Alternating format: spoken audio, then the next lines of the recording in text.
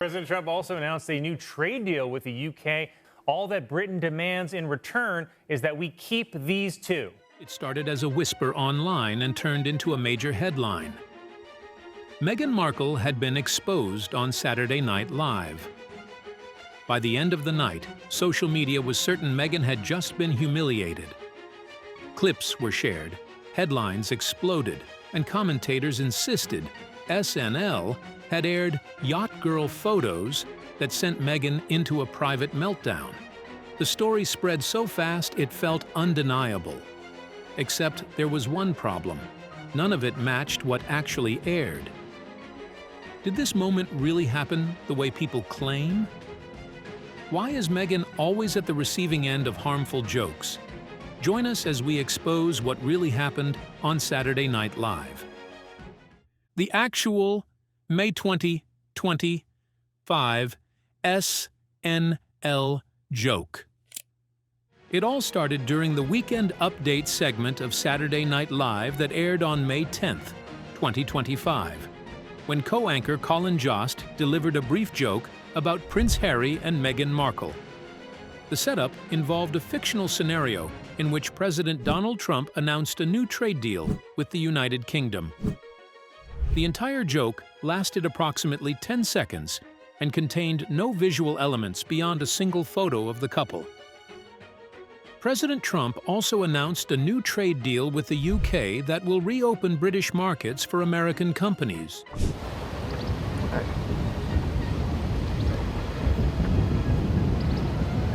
Jost began. All that Britain demands in return is that we keep these two, he said as a photo of Harry and Meghan flashed on the screen. The studio audience laughed. Jost held back his own laughter to stay in character, and the segment moved on to the next topic. That was it. That was the entirety of the joke. The timing of the joke was significant. It came just 2 days after Prince Harry had lost his legal battle in the UK over security protection, and days after he gave a BBC interview expressing a desire to reconcile with his family, while noting he didn't know how much longer his father, King Charles, had given his ongoing cancer treatment. The couple had also recently attended Beyoncé's Cowboy Carter Tour concert at SoFi Stadium in Inglewood, California, where they were photographed kissing and dancing. Meghan had posted photos from the Beyoncé concert on Instagram the morning before SNL aired, showing Harry wearing a forest green hat with their children's names embroidered inside, along with the words, "My love." The caption read, "About last night. Thank you at Beyoncé and team for an amazing concert and a very fun date night. All love." The couple appeared happy and relaxed, showing no signs of concern about potential late-night comedy jokes.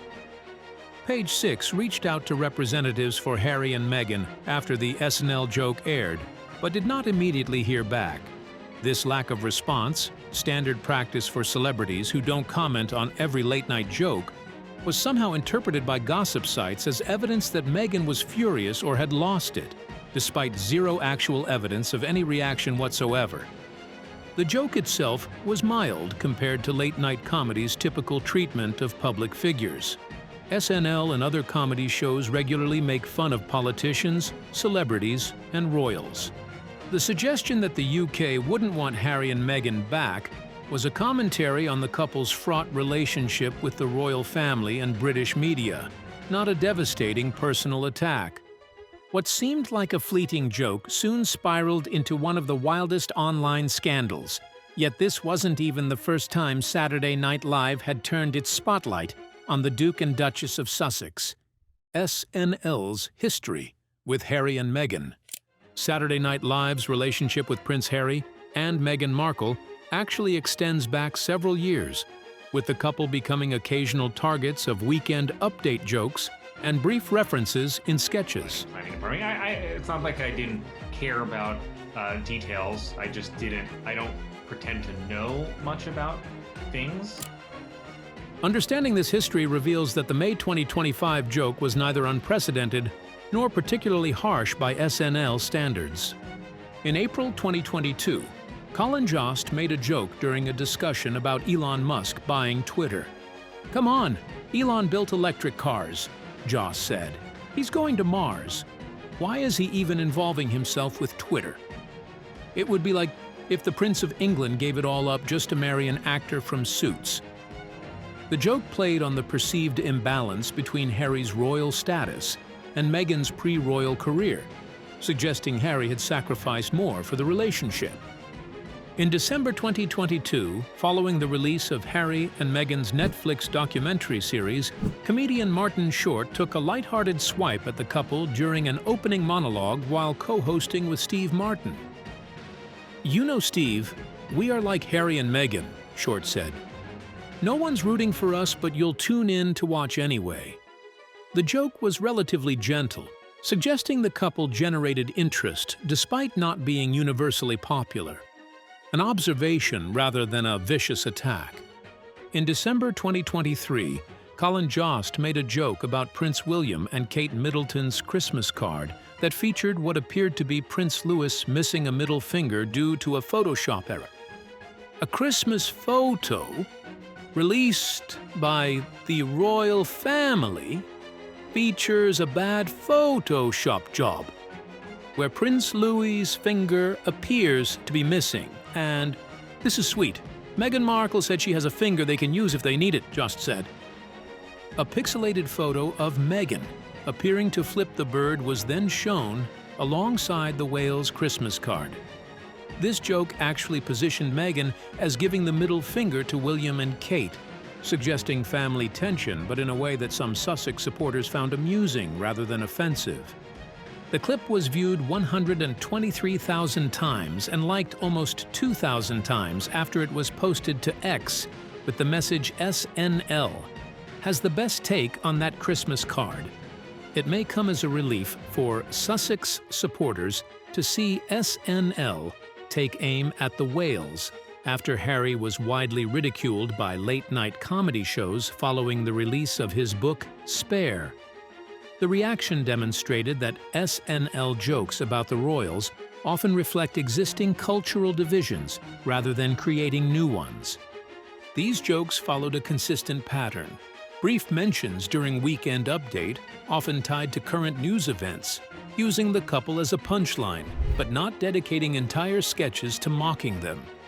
The jokes reflected mainstream American perceptions of the couple, that their relationship with the royal family is complicated, that their move to California continues to generate controversy, and that their public profile generates more intrigue than affection from many Americans. Beyond SNL, other late-night comedy shows also occasionally mentioned Harry and Meghan during their monologues and segments. The couple became fodder for comedians during major news events, such as the Oprah interview, the Netflix documentary, and Harry's memoir, Spare. However, these mentions were typically brief and moved on quickly to other topics, suggesting the couple generated moderate interest but weren't considered comedy gold mines the way political figures or actors promoting projects are. The frequency of jokes about Harry and Meghan increased notably following the release of Spare in January 2023. Harry's revelations about losing his virginity behind a pub, his admission of drug use, his detailed accounts of fights with Prince William, and his disclosure about killing Taliban fighters in Afghanistan all provided material for comedians. Late-night hosts made jokes about the memoir's title, suggesting Harry was the spare heir, about his oversharing of personal details, and about the continued focus on grievances against his family. However, even at the peak of Spare coverage, the jokes remained relatively surface level. Comedians poked fun at Harry's decisions and revelations without engaging in the kind of vicious personal attacks or conspiracy theories that circulate on social media. The late-night comedy treatment of Harry and Meghan has been notably restrained compared to how political figures, particularly divisive ones, are treated on the same shows. What the jokes notably did not include were the elements later claimed by gossip sites: no yacht photos, no extended skits about Meghan's past, no allegations about her character, and no deep dives into conspiracy theories. SNL stuck to surface-level observations about the couple's public situation. The same approach they take with most public figures who aren't actively involved in politics or currently promoting projects on NBC. This restraint makes the exaggerated claims about what SNL supposedly did to Meghan all the more absurd when contrasted with what actually aired. But why was the rumor not debunked as fast as possible? And how did it spread so quickly? The Scarlett Johansson rumor. One of the clearest examples of how misinformation about Meghan Markle spreads came in May 2025, when rumors circulated that Scarlett Johansson had roasted Prince Harry and Meghan Markle during her Saturday Night Live hosting appearance. Social media chatter erupted after a viral YouTube clip claimed she mocked the couple during her monologue, with gossip spreading fast and fueling speculation about another celebrity joining the Sussex mockery list. The problem? It never happened. Scarlett Johansson returned to host Saturday Night Live's season 50 finale on May 17, 2025, bringing her usual mix of charm and comedic flair. However, nothing in Johansson's actual performance referenced the couple, and the supposed royal roast simply never happened. The entire rumor was fabricated, likely to generate clicks and views on YouTube and social media. This fabrication followed a predictable pattern. A YouTube channel or gossip blog creates a sensational headline claiming a celebrity said something about Meghan. They might use real footage from an SNL monologue but with completely false context. Or they might use still images with voiceover narration claiming things that never occurred. The content spreads rapidly across social media platforms where users share based on headlines without watching the actual video or verifying claims. By the time fact-checkers debunk the rumor, it has already been viewed millions of times and accepted as truth by audiences primed to believe negative stories about Meghan. The correction receives a fraction of the engagement the original false story generated, meaning the misinformation persists in the public consciousness long after being proven false. The Johansson rumor was particularly shocking because it could be easily disproven by simply watching her actual SNL monologue, which is publicly available. Yet thousands of people shared and discussed the non-existent roast without bothering to verify whether it actually happened. This demonstrated how confirmation bias operates. People who already disliked Meghan were eager to believe another celebrity had publicly mocked her, so they accepted the claim without skepticism. The pattern repeats constantly.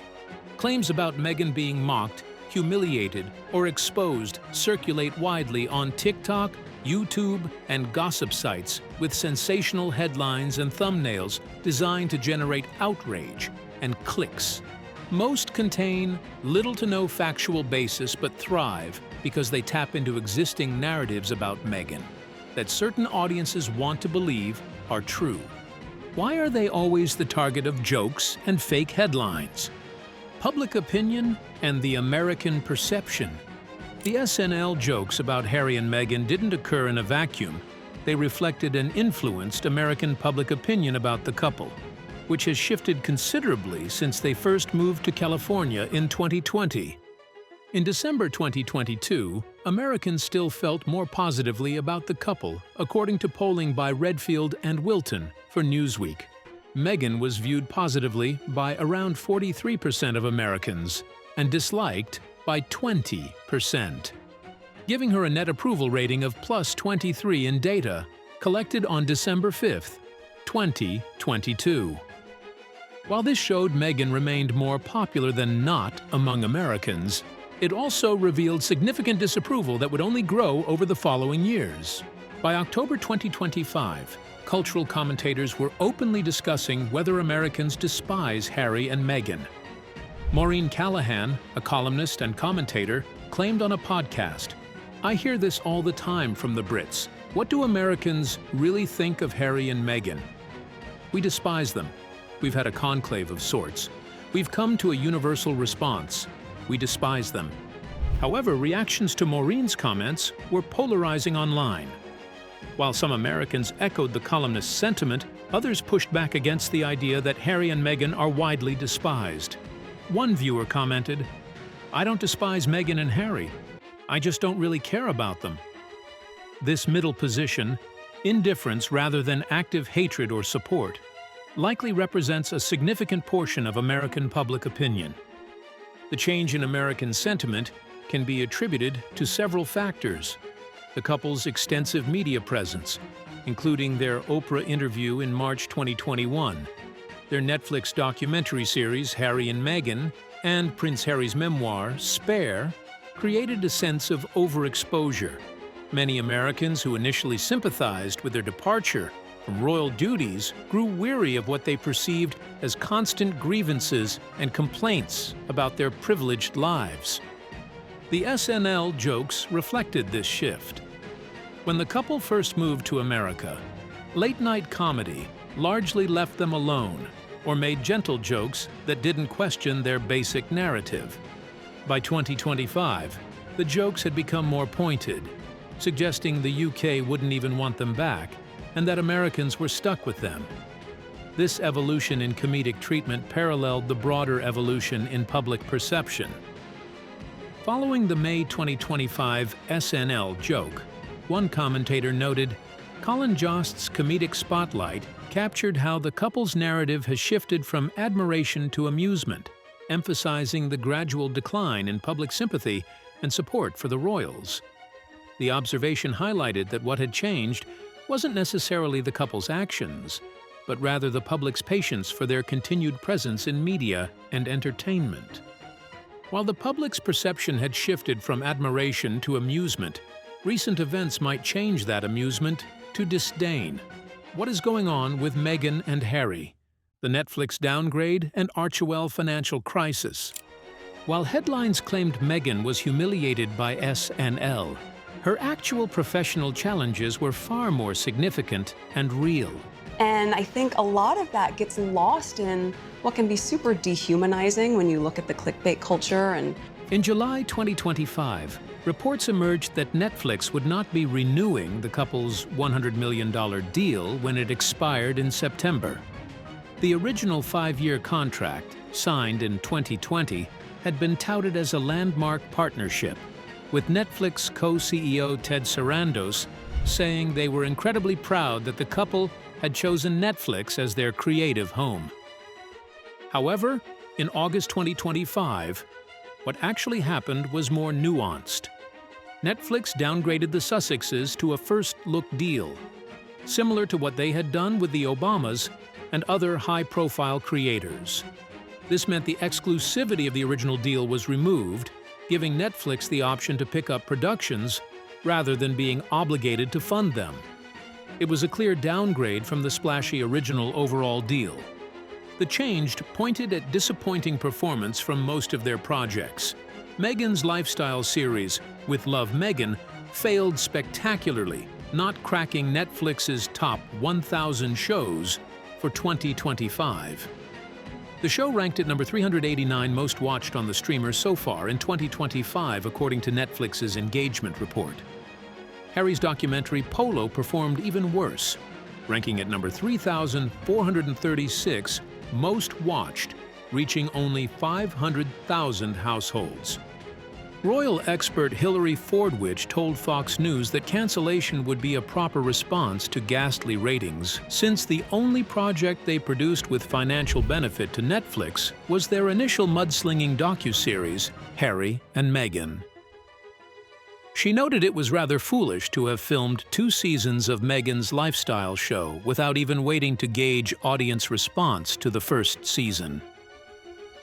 Royal author Duncan Larcombe claimed the couple had sold themselves out to Netflix.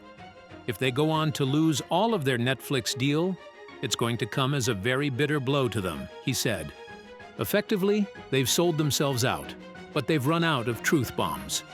If they're not making headlines, and, more importantly, if viewers are turning off in their droves, then companies like Netflix are ruthless, and they're not going to carry them just because they're the Duke and Duchess of Sussex. Sources told The Sun that Netflix execs were well aware Meghan's priority now is her own brand as ever, rather than producing content for the platform. The company was reportedly mildly infuriated by Markle's changing priorities, feeling they wouldn't play second fiddle to her lifestyle brand. As part of the downgraded deal, Netflix became a passive partner in Meghan's As Ever brand, though the specifics of this arrangement have not been made public. A second season of With Love, Meghan is set to premiere, but insiders claimed the series will not return for a third season. There have been conversations about holiday specials, but there's nothing in the works yet, one insider revealed. Projects reportedly in development include a Great Expectations prequel about Miss Havisham and a film adaptation of Meet Me at the Lake, though it remains unclear if these will actually be produced. Compounding their professional troubles were mounting financial problems with their charitable foundation. In December 2025, newly released financial documents revealed that Archewell Foundation spent $5.1 million during 2024 while receiving just $2.1 million in donations, creating a deficit of $2.5 million. This was in stark contrast to the previous year's surplus of $2.4 million. The charity's net assets fell from $10.7 million to $8.2 million, raising serious questions about its long-term sustainability. Much of the increased expenditure appeared attributable to the Sussexes' unofficial overseas visits to Nigeria in May 2024 and Colombia in August 2024, trips that resembled official royal tours. The 990 tax form revealed that other expenses ballooned to $2.9 million, up from just $1 million the year before. In response to the financial crisis, the foundation fired 3 employees, approximately 60% of its workforce. Among those departing was Kristen Slivan, Director of Programs and Operations, who had been earning $146,000 annually. A spokesperson acknowledged that staff redundancies were inevitable, particularly with junior admin roles, though they insisted the couple was honored to have worked with incredibly talented and caring people. The foundation was simultaneously rebranded as Archewell Philanthropies, transitioning to a fiscal sponsor model that the couple claimed would streamline administrative structure and provide greater flexibility. However, sources characterized the public-facing rebrand as all smoke and mirrors, revealing that Harry and Meghan had spent months weighing whether Archewell could continue at all or be taken over by another charity. Critics noted that contributions fell sharply from roughly $5.3 million in 2023 to just $2.1 million in 2024. Insiders pointed out that almost the entire year's donations appeared to hinge on a single $2 million contribution routed through the Silicon Valley Community Foundation, believed by some to be linked to the same mystery donor who had quietly funneled money to Archewell back in 2021. Despite the cash drop, grant giving stayed stubbornly steady at around $1.25 million. Employee pay remained eye-wateringly high for a charity of this size, with top executives pocketing 6-figure salaries even as staff were being let go. By the end of 2024, Archewell's liabilities had surged by more than $600,000 from the previous year. Charity Watch, an independent watchdog, raised concerns about the foundation's governance. The organization noted that though Archewell reported 5 officers and directors, it listed only 2 board members, Meghan and Harry themselves. This is not in keeping with widely accepted best practices in the United States for nonprofit boards of directors, which generally advise a minimum board size of 5 to 7 members. Additionally, Charity Watch noted that while Archewell reported its 2022 financial statements were audited by an independent accountant, the watchdog was unable to locate a copy of this audit on the website or in public databases. The charity had not responded to Charity Watch's January 2024 request for copies of documents, raising transparency concerns. Sources told Page 6 that the couple was running out of money and running out of people. "This isn't a strategy, it's survival," one source said. "They're running out of money, and now they're running out of people." Another royal source stated bluntly, "They don't have the money to keep the team they built." The simultaneous collapse of their Netflix prospects and their charitable foundation's finances painted a picture far more dire than any SNL joke could create. While gossip sites fabricated stories about yacht photos and meltdowns, the real crisis facing Harry and Meghan involved the sustainability of the professional and philanthropic empire they had attempted to build after leaving royal life. With the couple facing turbulent times, did they even address the yacht girl photos rumors, or were they too caught up in far bigger challenges? Meghan and Harry's actual response and current situation. Despite sensational headlines claiming Meghan lost it or was devastated by the SNL joke, there is zero verified evidence that either she or Prince Harry responded publicly to Colin Joss' quip. Page 6 reached out to representatives for the couple, but did not immediately hear back. The lack of response is telling. Celebrities and public figures are made fun of on SNL and other comedy shows constantly. Most don't respond because doing so would give the joke more attention and suggest it bothered them.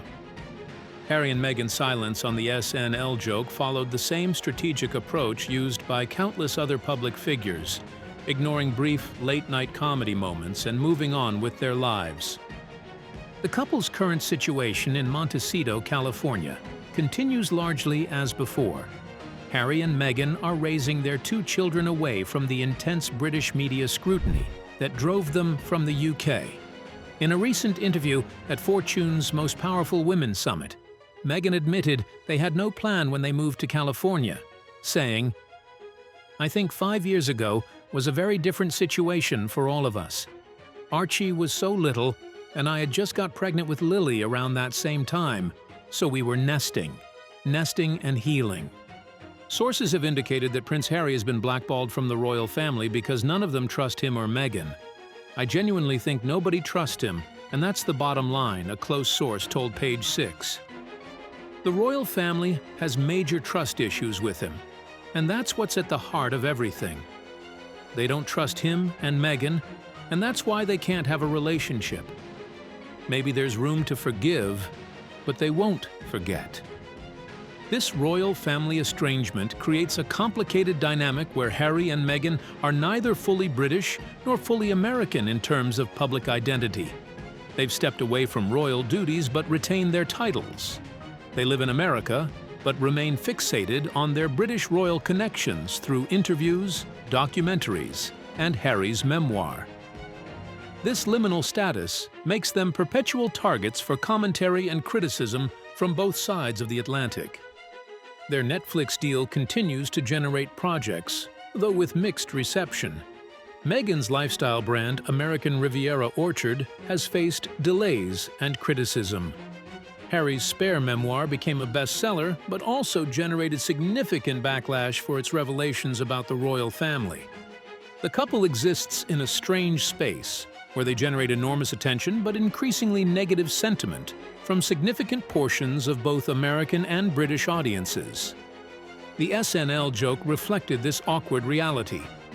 The punchline wasn't just that the UK wouldn't want them back, it was that America is stuck with them, suggesting neither country particularly wants them, but California is where they've ended up. For a couple that sought freedom and acceptance by moving to America, the joke suggested they hadn't achieved the warm embrace they might have hoped for. Which is more concerning, that outlets create sensational false narratives about public figures like Meghan Markle, or that millions of people believe and share these narratives without verification. Do you think the couple's continued media presence invites comedy treatment, or does the misinformation about them cross ethical lines? Share your thoughts with us in the comments section. Remember to like, share, and subscribe for more. Also, click the next video showing on your screen. You will enjoy it.